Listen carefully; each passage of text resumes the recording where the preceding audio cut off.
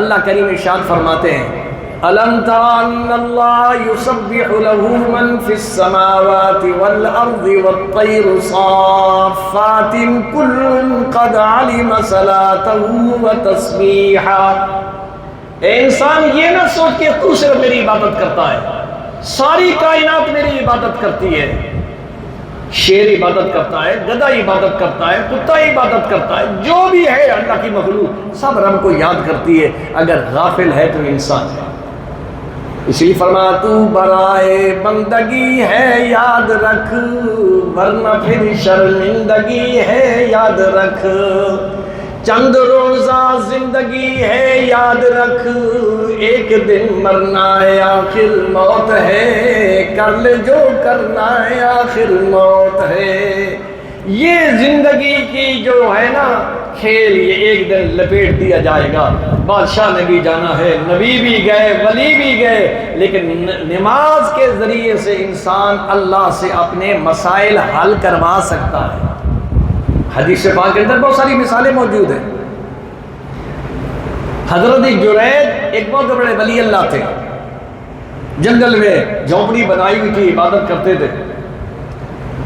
ایک عورت نے قریب والی بستیوں کو کہا یہ جو بابا ہے نا اس نے مجھ سے زنا کیا ہے اور یہ بچہ پیدا ہوا یہ اس کا ہے۔ اب لوگ آئے، بابے کی جھونپڑی کو ادھر پھینکا، برتن ادھر پھینکے، بابے کو مارنا شروع کر دیا۔ اس نے کہا خیر ہے کیا بات ہے؟ انہوں نے کہا تو نے زنا کیا ہے اور فلاں کس نے کہا ہے؟ وہ عورت کہہ رہی ہے یہ جو بچہ ہے یہ اس کا ہے۔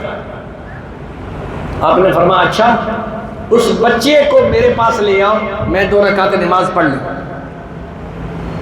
اللہ والے تو یوں ہیں نا، ان کا رابطہ ڈائریکٹ ڈیلنگ جو ہوتی ہے نا وہ نماز کے ذریعے سے ہوتی ہے۔ پیغمبر بھی اپنا رابطہ کرتا ہے جو نماز اور عبادت کے ذریعے کرتا ہے۔ وَاعْبُدْ رَبَّكَ حَتَّى يَأْتِيَكَ الْيَقِينُ، عبادت اس انداز میں کر اللہ میرے سامنے کھڑا ہے اور میں جو کہوں اللہ سن رہا ہے۔ جرید نے 2 رکعتیں نماز پڑھی اور اس نماز کی کیفیت کیا ہوگی جو اللہ کو وہ مخاطب کر رہے ہوں گے، یا اللہ میرا تو تیرے سوا کوئی یہاں نہیں ہے۔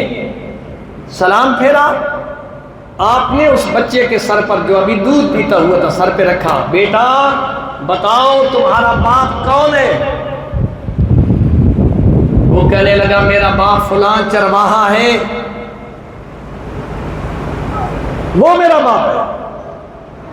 کہا یہ کیسے؟ اب وہ سارے کے سارے لوگوں کو اپنی غلطی کا احساس ہوا، ہم نے بزرگ کو مارا بھی ہے، اس کی بے حرمتی بھی کی ہے، یہ تو بڑی پہنچا ہوا ہے کہ بچہ جو دودھ پیتا ہوا ہے اس کے کہنے پر اس نے گواہی دی ہے، اللہ نے اس کی کیسی مدد کی ہے۔ معلوم یہ ہوا انسان مصیبتوں میں پھنسا ہوا ہو، 2 رکعت نفل حاجت پڑھ کے جتنی بڑی مصیبت ہوگی اتنا بڑا اندر درد موجود ہوگا، اللہ سے مانگے۔ خالق کائنات فرماتے ہیں مانگنا تیرا کام ہے، سر کو سجدہ میں جھکانا تیرا کام ہے، اور تیری مشکل کشائی کرنا میں رب العالمین کا کام ہے۔ تو میں آج یہ کر رہا تھا قیامت کے دن نماز والے کا اور بے نمازی کا، من حافظ علیہا کانت لہ نورا وبرہانا ونجاتا، قیامت کے دن جو نماز کی پابندی کرنے والا انسان ہوگا اس کا چہرہ چمک رہا ہوگا، اور اللہ کریم بڑی پروٹوکول کے ساتھ اس کو گزار رہے ہوں گے۔ وَمَن لَّمْ يُحَافِظْ عَلَيْهَا لَمْ تَكُن لَّهُ نُورًا وَلَا بُرْهَانًا وَنِجَاتًا وَكَانَ يَوْمَ الْقِيَامَةِ مَعَ قَارُونَ وَفِرْعَوْنَ وَهَامَانَ۔ نمازی اللہ اس کے چہرے کو قیامت کے دن نور دے گا، نمازی کو اللہ کریم موت آسان کرے گا، تکلیف نہیں ہوگی۔